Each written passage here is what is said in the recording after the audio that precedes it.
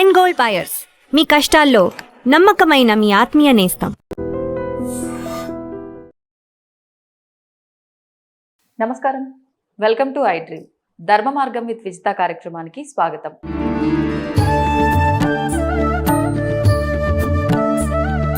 ప్రస్తుతం మనతో పాటు ఉన్నారు శ్రీ విద్యా ఉపాసకురాలు గీతా కుమార్ గారు. ఇప్పుడు వారితో మాట్లాడి మరిన్ని విషయాలు తెలుసుకుందాం. ముఖ్యంగా మనకు ఆధ్యాత్మిక పరంగా నిత్య జీవితంలో ఎన్నో సందేహాలు ఉంటాయి, వాటి గురించి తెలుసుకునే ప్రయత్నం చేద్దాం. నమస్కారం మా. శ్రీ గురుభ్యో నమః. శ్రీ మాత్రే నమః. నమస్తే మాత్రే నమః. అయితే మనకి ఇప్పుడు అధిక మాసం, ఈసారి మనకు అధిక మాసం జ్యేష్ఠ మాసం వచ్చింది. అధిక జ్యేష్ఠ మాసం అసలు ఎందుకు వస్తుంది? అధిక మాసం మామూలుగా నెలకి 30 రోజులు, సంవత్సరానికి 365 రోజులు, 12 నెలలు, ఇలా మనకు ఒక క్లారిటీ ఉంది ప్రతి ఒక్కరికి కూడా. మరి ఈ అధిక మాసం ఏంటి అంటే 13 నెలలు ఉన్నాయా? అసలు ఎన్ని రోజులకు ఒకసారి వస్తుంది అధిక మాసము?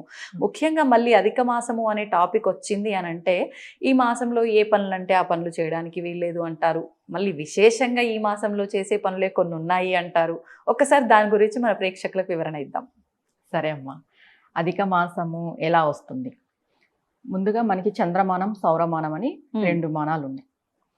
ఈ సౌరమానంకి 365 రోజులు సంవత్సరం వస్తాయి.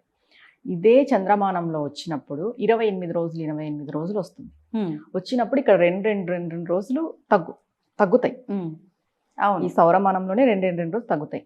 ఇలా తగ్గినప్పుడు ఏమైపోతుంది అంటే 3 ఏళ్లకు ఒకసారి అధిక మాసం వస్తుంది మనకి. ఈ అధిక మాసాన్ని చంద్రమాన కాలంతో పోలుస్తాం. అంటే చంద్రుడికి సంబంధించిన మాసంగా మనం పాటించేది ఏంటి? సౌరమానం, రెండు పాటిస్తాం. ఎందుకంటే మనకి పగలు ఎంత అవసరమో రాత్రి కూడా అంతే అవసరం. పగలు రాత్రి కలిపితేనే మనకు ఒక రోజు. అంతే. మనం 2 పాటిస్తాం. పౌర్ణమి, అమావాస్య ఎలా పాటిస్తామో 2 కూడా పాటిస్తాము. ఒక్కొక్క ప్రాంతీయంలో అమావాస్యకి నెల మారుతుంది, ఒక్కొక్క ప్రాంతీయంలో పౌర్ణమికి నెల మారుతుంది. ఒకరు అమావాస్యకి మనకి నెల మారుతుంది, అటు సైడ్ తమిళనాడు సైడ్ వస్తే వాళ్ళు పౌర్ణమికి నెల పెట్టుకుంటారు. అట్లా కానీ మొత్తం భారతదేశం అంతా 2 పాటిస్తాయి. ఓకే. ఇలా 2 పాటించడం వల్ల ఏం జరుగుతుంది అంటే ఈ ఎక్స్ట్రా డేస్ అన్ని కలిపి ఒక 30 రోజులు కానీ, ఒక 28 రోజులు కానీ, ఒక 33 రోజులు కానీ ఇలా కలిపి అధిక మాసంగా వస్తాయి. అందుకు ఇది 3 ఏళ్లకు ఒకసారి ఖచ్చితంగా వస్తుంది మనకి. అది ఏ మాసంలో వస్తే ఆ మాసంని కలుపుకొని ఇప్పుడు మనకి ఇప్పుడు ఏదొచ్చింది? జ్యేష్ఠ మాసం వచ్చింది. జ్యేష్ఠ అధిక మాసం అంటాం. ఇప్పుడు శ్రావణ మాసం వచ్చిందనుకో శ్రావణ అధిక మాసం అంటాం. ఆషాఢంలో వచ్చిందంటో ఆషాఢ అధిక మాసం అని అంటాం. అంటే దానికి ప్రత్యేకించి వేరే పేరేం పెట్టలేదు. మనకు ఉన్నవి 12 పేర్లే నెలకి. ఈ పేర్లతో కలిపి ఆ నెలలో వచ్చింది కాబట్టి దాన్ని కలుపుకొని మనం ఈ మాసం ఈ నెలే వస్తుంది అనేది ఎలా నిర్ధారణ చేస్తారు? అది తిథిని బట్టి నిర్ధారణ అవుతుంది. 3 ఏళ్లకు ఒకసారి ఏ డేస్ లో అవి ఒక 30 రోజులు నెల కావాలి కదా. అది కూడా ఆ 30 రోజులు కానీ, 28 రోజులు కానీ, 33 రోజులు ఇలా నెల అయినప్పుడు దాన్ని మనం 3 years ఒకసారి పెడతాం. అది ఎప్పుడు వస్తుంది అనేది, ఏ నెలకు పడుతుంది అనేది అది 3D ప్రకారం, పంచాంగం ప్రకారం చూసి చెప్తారనమాట. ఇప్పుడు అధిక మాసం వచ్చింది అని. ఇదంతా పంచాంగంలోనే తెలుస్తుంది అంతే. ఇప్పుడు ఇది ఏం చేయాలి అని మనం ఆలోచిస్తే దీనికి పురుషోత్తమ మాసం అని కూడా అంటారు.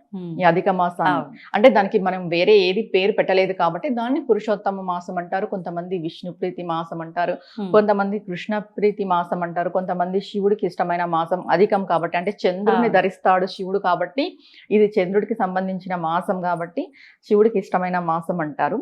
కానీ అధిక మాసంలో ముందుగా చేయకూడని పనులు మనం చెప్తే, శుభకార్యాలు ఏవి చేయకూడదు. పెళ్లిళ్ళు, గృహ ప్రవేశాలు, నామకరణాలు, శ్రీమంతాలు, ఆల్మోస్ట్ మనకి ఏవేవైతే శుభకార్యాలు ఉంటాయి కదా వాటిని ఏవి చేసుకోకూడదు.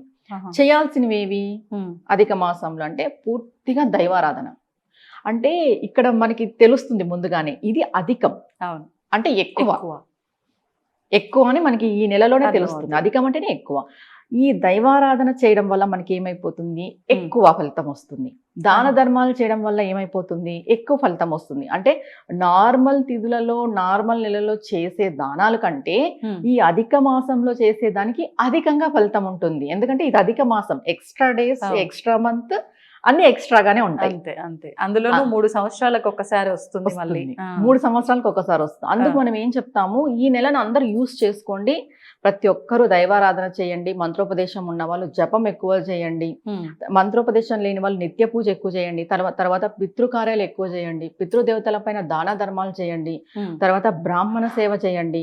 అంటే మనం వాళ్ళని ఇంటికి పిలుచుకొని వచ్చి పూజలు అవన్నీ పెట్టించాల్సిన అవసరం లేదు. మనం వెళ్ళి వాళ్ళకి స్వయం పాకం ఇవ్వడము, దాన ధర్మాలు ఏదైనా కూడా, గోసేవ చేయడం, తోచింది యాచకులకు మనం ఏదైనా ఇవ్వడం, వస్త్రదానం చేయడము, గోసేవ చేయడము, ఇలాంటివి ఏవైనా కూడా చేసుకోవచ్చు. ఇక్కడ ఇంకా తీర్థయాత్రలు చేస్తే చాలా మంచిది ఈ నెలలో. విశేషంగా ఎటువంటి క్షేత్ర దర్శనాలు? శైవం, విష్ణువు. ఇంకా కొండ ప్రాంతంలో ఉంటాయి చూడు దేవాలయాలు, అవి చేస్తే ఇంకా మంచిది. అంటే ఏం చెప్తారు అంటే ఈ నెలలో మనకి ఇంట్లో చేస్తే ఇదే ఫలితం ఉంటుంది. జపము పుణ్యక్షేత్రాలలో, దేవస్థానాలలో, నదీ తీరాలలో చేసే జపానికి ఎక్కువ ఫలితం ఉంటుంది. కాబట్టి ఈ నెలలో ఎక్కువ పుణ్యక్షేత్రాలు తిరిగి తీర్థయాత్రలు చేసి నదీ స్నానాలు చేస్తే ఎక్కువ రెట్ల ఫలితం ఉంటుంది అంటారు. అధిక మాసం అంటేనే మనం దానా ధర్మాలు చేసుకునే మాసం. శుభకార్యాలు ఏవి చేసుకోకూడదు ఈ మాసంలో. ఇప్పుడు మామూలుగా ఈ అంటే కొన్ని ఏమంటారు, ఈ పురుళ్ళు అని, 21st డేలు అని, ఇవి ఖచ్చితంగా పలానా ఆ డేకే చేయాలి. అన్నప్రాసన ఖచ్చితంగా 6 months దాటినాక పలానా రోజు చేయాలి. ఇలాంటివి ఖచ్చితంగా ఆ డేట్లలో చేసేవి. మరి ఇలాంటివి కూడా చేయకూడదు అంటారా? అన్నప్రాసన అనేది 6 నెలలకు చేసుకుంటాం. తర్వాత మనం మళ్ళీ అయినా పెట్టుకోవచ్చు, ఎందుకంటే ఫస్ట్ టైం కాబట్టి. కానీ పురుడు అనేది అది అంటు ముట్టుకు సంబంధించింది కాబట్టి అది ఖచ్చితంగా చేసుకోవాలి. అదేం అందరినీ పిలిచి మనం పేరెంటం లాగా చేయం కదా. ఎప్పుడైతే మనం అందరినీ పిలిచి పేరెంటల్ లాగా చేసి శుభకార్యాలాగా చేస్తామో అలా చేయకూడదు. ఇది ఏంటి అని అంటే ఇక్కడ జనాలు గుమ్ముకూడి చేసుకునే ఫంక్షన్స్ ఏవి ఉండకూడదు. మనం ఎంతసేపు ఒకరే ఉండాలి. ఎందుకు ఒకరే ఉండాలి? మనం దైవధ్యాసలో ఉండాలి అంటే ఒకరే ఉండాలి. అందరూ ఉంటే మనం ఉండలేం కదా. అందుకు ఏం చెప్తారు, మనం ఎవరిని ఇలాంటి ఫంక్షన్స్ ఏవి చేసుకోకున్నట్టు. ఇంకొకటి ఇది చంద్రమానంకి సంబంధించిన రోజులు కాబట్టి మనకి సూర్యమానమే మనం ఎక్కువ చూసుకుంటాం ఏ శుభకార్యాలు చేసుకోవాలన్నా. అందుకు దీనిలో శుభకార్యాలు ఏవి చేసుకోకూడదు. కేవలం ఇంకొకటి, చంద్రుడు మనస్కారకుడు. ఈ మన మనసు కూడా స్థిమితంగా బాగా ఉండాలని చెప్పి చంద్రునికి సంబంధించింది కాబట్టి దైవ ధ్యానమే చేయమన్నారు. ఇప్పుడు మనసు అంటే గుర్తొచ్చింది, మనసు చంచలము మామూలుగానే. ఇప్పుడున్న ఈ స్ట్రెస్ లైఫ్ కి ఇంకెక్కువ పిచ్చి పిచ్చి వేషాలు చాలా చాలా వేస్తాం. ఎంత కంట్రోల్లో ఉండాలి అన్నా కూడా ఆలోచనలు ఎక్కువైపోతున్నాయి. విశేషంగా ఏమైనా చేసుకోవచ్చు అంటారా మన మనసుని మన కంట్రోల్లో పెట్టుకొని ప్రశాంతమైన జీవితం అనుభవించడానికి? మనసుకి కళ్ళాలు వేయాలి అంటున్నావు ఇప్పుడు. లాగి పెట్టి ఒక జరిగే పనినా? జరగాలి. భగవంతుని నమ్ముకుంటే జరగంది ఏముంది? జరగాలి. మనకి అంటే శరీరంలో కదిలేవి ఏవి అంటాం కదా. మనం అనుకుంటాం కాళ్ళు, చేతులు, కళ్ళు అని. కానీ అసలైంది ఏంటంటే మనస్సు. మనం ఇక్కడ కూర్చున్న ప్రపంచానంతా చుట్టేసుకొని చాలా ఫాస్ట్గా ఇంకా ఎంత అంటే అది మనం చెప్పలేం. అది ఏమేమి ఆలోచిస్తుందో కూడా మనం ఎందుకు వెళ్ళిందో కూడా తెలియదు. అసలు ఆ ఆలోచన మనకి ఎందుకు వచ్చిందో కూడా తెలియదు. అసలు అంత దూరం మనం ఎందుకు ఆలోచన చేసాము, ఇప్పుడు అనవసరం అని కూడా అనిపిస్తుంది కొన్ని టైంలో. ఈ మనస్సుని మనం స్థిమితంగా కంట్రోల్ గా పెట్టుకోవాలి అంటే ఫస్ట్ దైవారాధన. ఇది మెయిన్ రీజన్. అంటే దైవారాధన ఉండే వాళ్ళకే మనస్సు కంట్రోల్ గా స్థిమితంగా ఉంటుందా అని అనుకోవచ్చు. కానీ దైవారాధన మనకు ప్లస్ అవుతుంది. ఈ కలిపురుషుడు ఎక్కడ ఉంటాడు అని అంటే ఈ కలియుగంలో మన మనస్సులోనే ఉంటాడు. ఇంతకు ముందు దేవతలు, రాక్షసులు ప్రత్యక్షంగా ఉన్నారు. రాక్షసులు ప్రత్యక్షంగా జీవంతో ఉన్నారు. ఇప్పుడు వాళ్ళు లేరు. వాళ్ళు ఎక్కడ ఉన్నారా అంటే మన మనసులోనే ఉన్నారనమాట. మన మనసే రాక్షసి. అది ఆ రాక్షసత్వాన్ని మనం పూర్తిగా నిర్మూలించాలంటే ఏం చేయాలి? దైవారాధాన్ని పెంచుకుంటూ రావాలి. ఇప్పుడు మనసు నిలకడగా ఉండడానికి ఇప్పుడు మన జాతకంలో కూడా చూస్తే ఏమొస్తుంది, చంద్రుడు గ్రహస్థితి బాగలేదు అని అంటే మానసికమైన ఆలోచనలు, మానసికమైన ఒత్తిడి, ఈ సూసైడ్స్ ఇవన్నీ ఎందుకు జరుగుతాయి చెప్పు? చంద్రుడు సరిగ్గా లేనప్పుడే మన జాతకంలో. మెయిన్ గా మన జాతకంలో చంద్రుడు సరిగ్గా లేనప్పుడు ఈ సూసైడ్స్ ఆలోచనలు, అంటే ఇంకా మేము ఏమీ చెయ్యలేము అనే ఆలోచన, వెనకబడిపోయినాం అనే ఆలోచన. అది ఎలా ఉంటుందంటే ఒక పిచ్చి పట్టినట్టు దయం పట్టింది అంటారు కదా. దయం ఏం పట్టదు, స్వయంగా వచ్చి ఈ గ్రహస్థితి బాగలేనప్పుడే మనిషి అలా ప్రవర్తిస్తాడు. అందుకు మనం ఏం చేయాలి అంటే సోమవారం శివారాధన చేయాలి బాగా విశేషంగా. తర్వాత చంద్రుడికి సంబంధించిన జపము, ధ్యానము, హోమము, తర్వాత దానము, ఇలాంటివి చేసుకోవాలి. ఇప్పుడు చంద్రుడికి సంబంధించి అంటే మన కారకుడు చంద్రుడే కాబట్టి తెలుపు రంగు ఎక్కువగా అంటారు. మరి దానం చేసేటప్పుడు కూడా ఇలా మనం రంగుకు రిలేటెడ్ గా ఉండే ఏమన్నా చేయాలి? తెలుపు రంగు వచ్చేసి శుక్రుడికి ఎక్కువ సంబంధించి. ఓకే. చంద్రుడికి వచ్చేసి పాలు, పెరుగు, బియ్యము, వెండి, ఇవి చంద్రుడికి సంబంధం. ఇప్పుడు వెండి ధరించాలి. ఓకే, మనం ధారణ చేయాలి, మనం ధరించాలి, వెండి వేసుకోవాలి మన మనస్సు స్థిమితంగా ఉండాలంటే. దాని తర్వాత ప్రతి సోమవారం ఒక 9 సోమవారాలు కానీ, ఒక 16 సోమవారాలు కానీ, అంటే ఫస్ట్ మీరు జాతకం చెక్ చేసుకోవాలండి. ఎవరైనా కూడా మాకు ఇలా జరుగుతుంది, మా మానసిక స్థితి బాగలేదు అని అంటే ఫస్ట్ జాతకం చెక్ చేసుకోవాలి. వాళ్ళ జాతకం చూసి చెప్తారు నీ గ్రహ పరిస్థితి ఇలా ఉంది అని. అప్పుడు దాని తగ్గట్టుగా వాళ్ళు చెప్తారు. నా వరకు నేను ఏం చెప్తాను, మీకు మనశ్శాంతి లేదు, మీరుగా మీరు తెలుసుకున్నారు, మానసికంగా మాకు బాగలేదు, మాకు ప్రశాంతత లేదని మీకే అనిపించింది, మీరు ఏ జాతకము చూసుకోలేదు, ఏమీ చూసుకోలేదు. అలాంటి వాళ్ళు ఏం చేస్తారు అంటే ఒక 9 సోమవారాలు కానీ 16 సోమవారాలు కానీ బియ్యం అయ్యగార్లకి దానం ఇవ్వడం వల్ల కూడా చంద్రగ్రహ శాంతి అనేది కలుగుతుంది. సంఖ్య ఏమైనా ఉందా బియ్యం ఇంత ఇవ్వాలి అని? 1.5 కేజీ, 2.5, వాళ్ళ శక్తి కొద్ది. అది మనం ఇప్పుడు 5 కేజీలు 6 కేజీలు 10 అలా చెప్పట్లేదు. వాళ్ళ శక్తి కొద్ది 1.5 పైన ఎంతైనా ఇవ్వచ్చు. ఒకవేళ వాళ్ళకి శక్తి ఎక్కువ ఉంటే ఒక బియ్యం ప్యాకెట్ ఇప్పించినా పర్వాలేదు. బ్రాహ్మిన్స్ కి మంచిదే కదా. దానం అనేది ఎంత పెద్దగా చేస్తే అంత మంచిది. కానీ వాళ్ళ శక్తి కొలది చేసుకోవాలి. ఇలా చేసుకోవడం వల్ల ఏమైపోతుందంటే కొంచెం మన మనసు స్థిమితంగా ఉంటుంది ఈ దానం చేసుకోవడం వల్ల. తర్వాత పాలు దానం ఇవ్వడము, పెరుగు దానం ఇవ్వడము, ఇలాంటివన్నీ చేసుకోవాలి చంద్రుడికి సంబంధించింది అంటే. మరి ఇంకా చేయకూడనివి ఇంకేమైనా ఉన్నాయా ఈ మాసంలో? ఈ రెమెడీ అయితే చేసుకోవచ్చు అందరూ, ఇది ప్రతి ఒక్కరికి అవసరం అయ్యేదే నాకు తెలిసి. ఇంకా చేయకూడనివి కానీ చేయాల్సినవి కానీ ఈ మాసంలో విశేషంగా? చేయకూడదంటే ఇంక మనం ఆల్రెడీ మాట్లాడడం శుభకార్యాలు అనేసి, దైవారాధనలో ఎక్కువ ఉండాలి.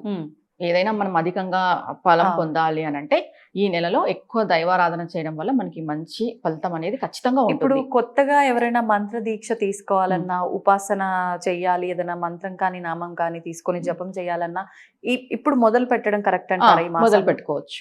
మంత్ర దీక్ష ఈ నెలలో తీసుకోవచ్చు. ఎందుకంటే ఇది అధిక మాసం కాబట్టి అధికంగా ఫలితం ఉంటుంది కాబట్టి ఈ నెలలో తీసుకోవచ్చు, ప్రాబ్లం లేదు. ఓకే. మంత్ర దీక్ష, ఉపాసన విధి ఏదైనా మనం దీక్ష చేయాలన్నా ఈ 30 రోజులు కలిపి 40 రోజుల దాకా దీక్ష చేస్తాం అనుకున్నా, 21 డేస్ దీక్ష చేయాలనుకున్నా ఇవన్నీ చేసుకోవచ్చు. దైవారాధనకు సంబంధించింది ఏవైనా చేసుకోవచ్చు అమ్మా, శుభకార్యాలు తప్ప. ఓకే. శుభకార్యాలు వద్దన్నారు అంటే అది మనం సూర్యుడిని ఆచరిస్తాం కాబట్టి వద్దన్నారు, అంతే, అంతకు మించి ఇంకేం లేదు. కానీ కొంతమంది ఇది కీడు ఈ నెల, అసలు ఈ నెలలో ఏమి చేయకూడదు లేదు ఇలా మాట్లాడుతూ, కీడు నెల అయితే ఏం కాదు మనకి. ఏం చెప్తారు అనంటే దక్షిణాయనం అంతా కూడా మనకి సాధన కాలం అని చెప్తారు. ఉత్తరాయణం అంతా దాని ఫలితం వస్తుంది అంటారు. ఇప్పుడు ఉత్తరాయణంలో మనకి 1 నెల వచ్చింది అని అంటే సాధన కోసం ఈ నెల అధిక మాసం, అది కాక 3 ఏళ్లకు ఒకసారి వస్తుంది కాబట్టి మనం ఖచ్చితంగా యూస్ చేసుకోవాలి. ఇది ప్రతి సంవత్సరం వచ్చేది కాదు కదా. ప్రతి సంవత్సరం వచ్చేదైతే ఇది ప్రతి సంవత్సరం వచ్చేదేలే అని అనుకోవడానికి, కీడు అలాంటిదైతే అసలు ఏమీ లేదు. అసలు ఆ ఆలోచన కూడా చెయ్యొద్దు. దేవుడికి మనం ఆరాధన చెయ్యాలి అంతే. మనకి ఈ మాసంలో యమునా పుష్కరాలు కూడా స్టార్ట్ అవుతాయి. అవును, 11-12 రోజుల పాటు పుష్కరాలు స్టార్ట్ అవుతాయి. అదే నదీ స్నానాలు చేయమని చెప్తారు, తీర్థయాత్రలు చేయమని చెప్తారు, కొండపైన ఉన్న దేవాలయాలకి వెళ్ళమని చెప్తారు. అక్కడ మనము ధ్యానం చేసినా జపం చేసినా ఎన్నో రెట్ల ఫలితం ఉంటుంది అని చెప్తారు. మనం ఇంట్లో నిత్య పూజ చేసుకున్నా కూడా చాలా ఫలితం ఉంటుంది ఈ నెలలో. సంతోషమ్మా, ధన్యవాదాలు. నమస్తే అమ్మా. తవ్వుతున్న శివలింగం సరే దాన్ని అట్లా కప్పేసేయండి, చూపించదండి. Krishna is there. మూర్తి పూజ కాదు, సాక్షాత్ బ్రజేంద్ర నందన భగవాన్ ఉన్నారు మూర్తులు. ఏమీ ఆశించకుండా ఆరాధించే వాళ్ళు కూడా ఉన్నారా ప్రభుజీ? నిజమైన భక్తి అంటే మనకు తెలియదు కాబట్టి